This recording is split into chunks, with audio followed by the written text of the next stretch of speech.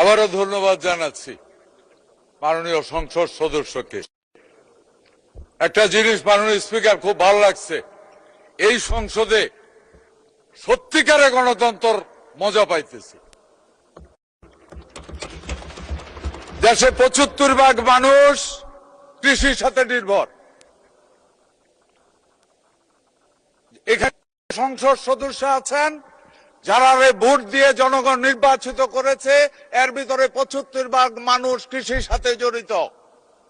সুতরাং সংসদ সদস্যরা বাধ্য কৃষকের নিয়ে কথা বলার জন্য। এটাই গণতন্ত্রের মজা, এটাই জনগণের ভোটে নির্বাচিত এমপিদের মজা, এটাই সম্মান। মাননীয় স্পিকার একেবারে সঠিক কথা বলেছেন, উনি একেবারে সঠিক কথা বলেছেন।